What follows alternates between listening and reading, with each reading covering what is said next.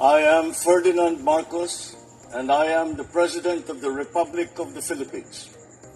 I stand today on behalf of 110 million Filipinos. Kabayan, nagpulong muli ang Uplift Committee upang talakayin ang pinakahuling development na nangyari sa Middle East, pati na ang mga hakbang ng pamahalaan upang maibsan ang epekto nito sa ating bansa, lalong-lalo na sa patuloy na pagtaas ng presyo ng krudo. Kaya naman, simula April 15, ipapatupad ng DOTR ang Service Contracting Program. Sa ilalim ng programang ito, babayaran namin ang ating mga operator at driver ng mula 40 pesos hanggang 100 piso kada kilometro. Wow. Dagdag ito sa kanilang kita mula sa pamasahe. Para naman sa mga commuter, may kasamang hindi bababa sa 20% na diskwento sa pamasahe. Ang mga ruta ay nakatuon sa mga lugar na may koneksyon sa tren at pangunahing mga bus route upang maging mas maayos, mabilis at maaasahan ang biyahe. Ipapatupad ito sa buong bansa. Sasaklaw sa humigit kumulang 50,000 na PUB, 1,000 operator at aabot sa 15 milyong pasahero. Ang Service Contracting Program ay ipapatupad sa off-peak hours upang masigurong may masasakyan pa rin ang ating mga kababayan kahit hindi sa rush hour. Lahat ng sasali ay may GPS monitoring para naman matiyak na aktwal ang biyahe at maayos ang serbisyo. Patuloy ang biyahe, patuloy ang hanap buhay. Hindi pa tayo titigil doon. Magpapatupad tayo ng 10 piso kada litro na bawas para sa public utility vehicle na may maximum na 150 liters kada linggo sa loob ng 3 buwan. Sisimulan muna natin ito sa NCR sa susunod na linggo. Una sa Commonwealth, palalawakin natin ito sa mga susunod na araw sa Quezon Avenue, Espanya, Zapote, A. Bonifacio, Rizal at Marcos Highway hanggang mapalawak natin ito sa buong bansa. Mahalaga ito dahil hindi lang transport cost ang tinutugunan natin. Pinipigilan din natin ang pagtaas ng presyo ng pagkain at iba pang pangunahing bilihin. Ang fuel subsidy ay ipapatupad lamang sa mga lehitimong gasoline station na aprobado at minomonitor ng Department of Energy upang masigurong mapupunta ito sa tama at hindi ito maabuso. Ginagawa natin ito lahat para manatiling maayos ang takbo ng inyong araw-araw na buhay. Ang bawat desisyon na ginagawa natin ay may isang layunin lamang, maprotektahan ang Pilipino. Maraming salamat po. So yun mga kababayan, narinig nyo yung sinabi ng Pangulo? Sabi sa inyo action kaagad. Kaya maghintay kayo.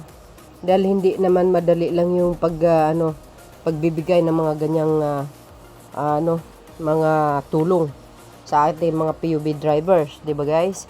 Kasi ang gusto kasi ng iba pag nagtaas ora mismo. Kumbaga sa isang kaso, due process din po 'yan. 'Di ba? Busisiin mo, ika nga pag-aralan. Hindi naman kaagad-agad na ibigay. Ano ba naman 'yan, guys? Makapaghintay naman kayo, hindi yung rarally kayo kaagad, sisirain ng Marcos administration. Napaka-unfair naman kay PBBM kasi alam naman po din natin lahat sa buong Pilipinas at sa buong mundo kung ano po ang dahilan na kung bakit po nagtaas ang mga presyo ng langis, 'di ba? Hindi ba nyo nakikita yung awayan sa Middle East? Obvious naman po yun hindi yung tinitira nyo ang Pangulo. Pangulo po ng bansa yan, alam niya kanyang ginagawa. Huwag nyo i-compare po sa mga nakaraan. Itong Pangulo na ito, talagang pagdating sa pangangailangan ng sambayan ng Pilipino, lalo na sa ganitong sitwasyon, sa pagtaas ng presyo. Kita naman siguro natin yung kanyang effort, guys, di ba? Gumagawa talaga siya ng paraan. Kaya naging Pangulo po yan Dahil alam niya yung kanyang kantukulan. Hindi mo na kailangan pagsabihan. Maraming mga advisor yan. Ang dami mga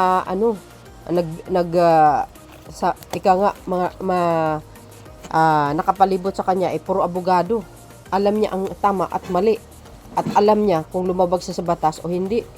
Kasi nag-aaral ng batas po ito, hindi siya abogado. Pero si Pangulong Marcos Jr., 100% nag-aaral po ng batas. Siyempre, message niya pa lang, abogado na po yan. Guys, professor yan. Kaya kung may naging issue ang bansa natin, ay magtiwala kay PBBM dahil mas higit siya ang nakakaalam kaysa sa atin. 'Di ba? Magugulat na lang tayo, mag-a-announce ang Pangulo na ganito ang gagawin niya. Kailangan tulungan ng mga PUB drivers, mga tricycle, kung ano pa. Sa iba't ibang klaseng issue. Ang Pangulo hindi nagpababaya. Alam po natin yan. Kaya wag tayo nagmamaang-maangan. Hindi po yung pupunta ka na lang sa kalsada, sa EDSA para mag-rally, walang kwentang government. Wow.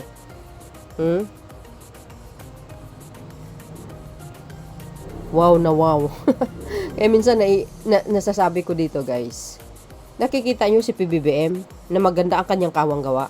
Kanyang mga proyekto niya, yung kanyang mga magagandang programa.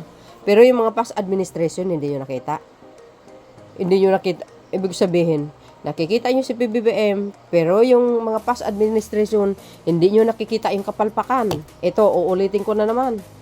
Since 1986, hanggang si Digong ang namumuno. Umasin siya bang bansa? Sige, sino makapagsagot?